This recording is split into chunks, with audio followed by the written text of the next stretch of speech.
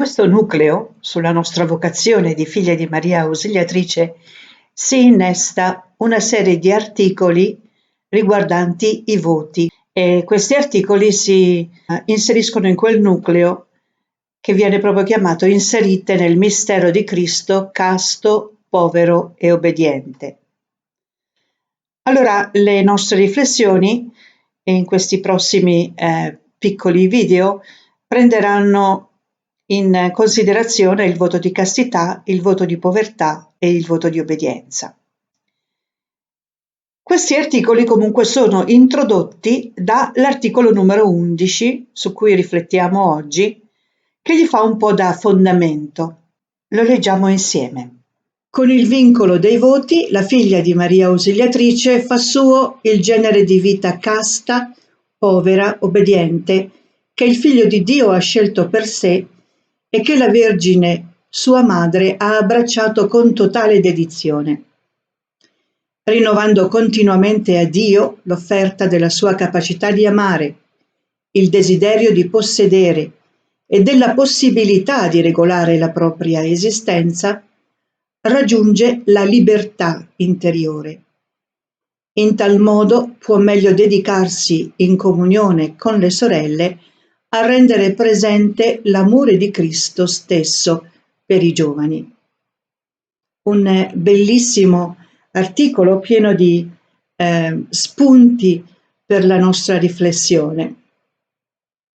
Innanzitutto diciamo che il versetto evangelico che gli fa un po' da introduzione è quello preso dal Vangelo di Matteo: ed essi subito, lasciati la barca e il padre, lo seguirono. Ancora una volta vediamo che l'iniziativa della chiamata viene da questo Dio che è innamorato di noi. E la risposta degli apostoli, in questo caso, è una risposta che fa vedere la prontezza, l'immediatezza. Non hanno paura di distaccarsi dal lavoro, dalla famiglia, da tutto quello che fino ad allora era parte della loro esperienza umana, per poter seguire il Maestro. È molto interessante riflettere sull'importanza della libertà quando ci inseriamo nel mistero di Cristo. Perché? Perché quando abbiamo fatto la nostra professione religiosa abbiamo detto: io, Roberta, nel mio caso, in piena libertà, mi dono interamente a te. Faccio voto di povertà, castità ed obbedienza. Allora ecco che quella libertà, che vuol dire che non sento pressioni da parte dell'istituto, da parte della mia famiglia, da parte degli amici, ma io liberamente decido di inserirmi nel mistero di Cristo, di dare tutta la mia vita, il mio cuore, la mia mente a Cristo, che è casto, povero e obbediente. Quindi tutte le scelte, a cominciare dalla scelta che io faccio il momento in cui faccio la mia professione religiosa, tutta la mia vita da allora in poi sarà guidata non da ciò che io voglio fare, dal mio desiderio di possedere, la mia possibilità di regolare la mia esistenza, non da tutto questo, ma dalla scelta libera di voler amare Dio sopra ogni cosa. E tutto il resto, San Paolo direbbe, è spazzatura. A me non piace tanto la parola spazzatura, perché la famiglia, le amicizie non sono spazzatura. Tutto questo è la ricchezza della mia esperienza, che porto dentro di me come un valore, come qualcosa di molto importante. Però quando si parla di questa scelta definitiva per Cristo, casto, povero e obbediente, anche queste esperienze bellissime, profondissime, che fanno parte della mia vita, come per esempio l'amore alla famiglia, l'amore agli amici, passa un po' in secondo piano. Quello che importa, quello che è importante è che io con la mia professione divento una con Cristo, diciamo così, e il mio cuore e la mia mente vengono assorbiti totalmente da questo mistero di amore del Padre, il Figlio e lo Spirito Santo, che tutto il resto è secondario.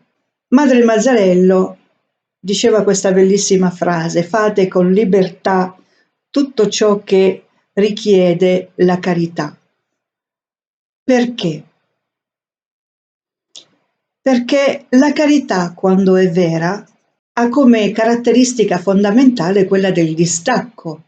Io divento capace di amare incondizionatamente, senza porre condizioni, senza porre se, senza porre ma, quando dentro mi sento libera.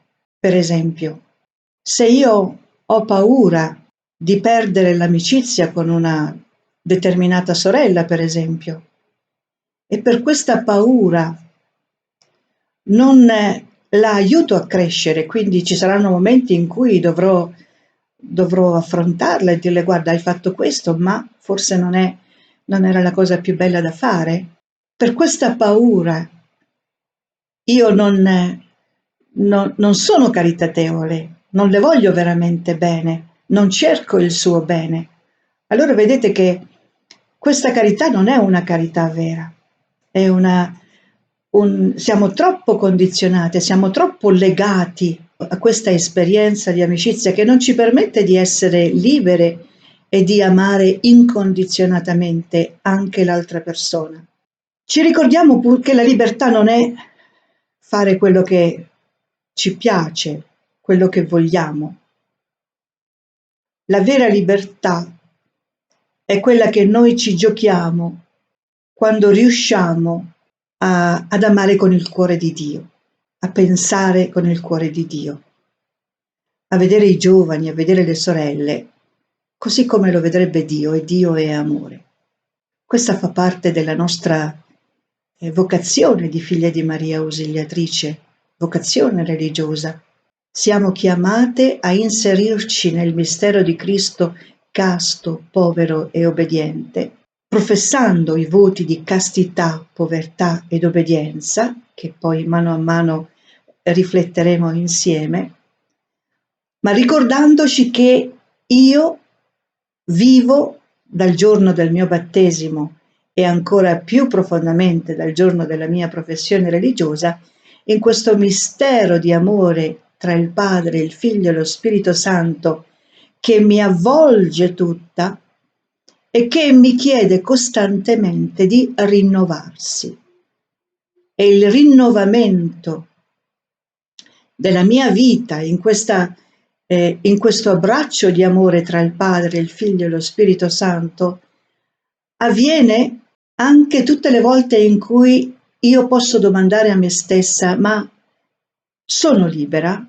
Mi sento veramente libera? Mi sento distaccata da tutto ciò che potrebbe incidere negativamente o parzialmente sul mio modo di amare in comunità, nell'apostolato, amare Dio. Dobbiamo crescere nell'amore, dobbiamo crescere nella carità, e questa crescita avviene appunto in un cammino caratterizzato da una libertà interiore che dobbiamo nutrire dentro di noi. Ci dobbiamo centrare in Dio. L'unico nostro legame, le uniche nostre catene dovrebbero essere radicate in Dio e in niente altro. E allora viviamo la nostra vita senza contraddizioni. E allora diventiamo capaci di amare. Guardiamo alla nostra esperienza quotidiana. Allora noi ci chiediamo: come mai facciamo tanta fatica a instaurare relazioni interpersonali positive. Come mai facciamo tanta fatica a lasciare andare i nostri piani per abbracciare i piani di Dio? E come mai facciamo fatica a distaccarci da tante cose che accumuliamo, a volte senza neanche renderci conto? Ce ne rendiamo conto quando cambiamo casa, che dobbiamo fare le valigie. Come mai? Probabilmente perché non siamo sufficientemente libere per legarci a Cristo. Il vincolo che abbiamo con Lui è debole, ha bisogno di essere rinforzato. E a volte invece di rinforzarlo, questo legame con Cristo, scelgo la via più semplice. Cerco quella quindi che è anche più facile per me. E allora incomincio ad allontanarmi dalla mia comunità e mi costruisco la mia nicchia. Non accetto di fare cose che non ho in mente di fare, non avevo fatto un piano o non mi piacciono. Oppure ecco, comincio ad attaccarmi a tante cose che poi non voglio lasciare andare. E, in altre parole, rafforzo i vincoli con me stessa, divento più egocentrica, rallento anche i miei vincoli con Cristo. E allora ecco che il mio cammino di fede, il mio cammino verso l'acquisizione di un'identità piena come figlia di Maria Ausiliatrice, rischiano di rallentarsi molto. Conosciamo sorelle della nostra esperienza che magari sono anche avanti negli anni e che hanno perso la gioia, quella gioia vera, quella gioia sana che ci fa vibrare sempre, che ci fa essere ogni giorno sempre più innamorate di Cristo. Quando non ci prendiamo più cura di questi legami con Cristo, quando la nostra benzina spirituale viene meno, allora ecco che la nostra vita non ha più tanto senso. Allora è importante chiederci, lo ripeto, come investo la mia libertà? La investo nell'amore, ma nell'amore vero, senza divenire schiava di ciò che sento, di ciò che voglio, di ciò che mi piace, per dedicarmi, dice l'articolo, in comunione con le sorelle a rendere presente l'amore di Cristo stesso per i giovani. Non posso essere schiava di me stessa. Devo crescere nell'amore per poter rendere presente questo amore di Cristo con le sorelle, e sottolineo con le sorelle, perché questo aspetto comunitario è parte integrante della nostra identità di figlie di Maria Ausiliatrice. Sono io che scelgo di voler crescere. Sono io che scelgo ogni giorno, ogni momento, anche se costa, anzi, proprio perché costa, perché so che le cose più belle si raggiungono faticando. E il Vangelo, che è questo libro, parola di vita, non ci ha mai detto che seguire Cristo è semplice, anzi, ci ha parlato della cruna di un ago. Le Costituzioni, che sono questo libro di vita, non ci hanno mai detto che essere una figlia di Maria Ausiliatrice vera è semplice, ma sì, il Vangelo, le Costituzioni ci hanno detto: fai questo e vivrai, fai questo e la tua gioia sarà piena. Ecco, chiediamolo al Signore, che nel impiegare la nostra libertà per l'amore vero, la nostra gioia si moltiplichi sempre di più, così che vivere fedelmente il voto di castità, povertà e obbedienza sarà sì sempre difficile, ma sarà un'avventura gioiosa che faremo con un cuore innamorato, e gli altri se ne accorgeranno, perché agli altri noi doneremo la gioia di essere totalmente del Signore.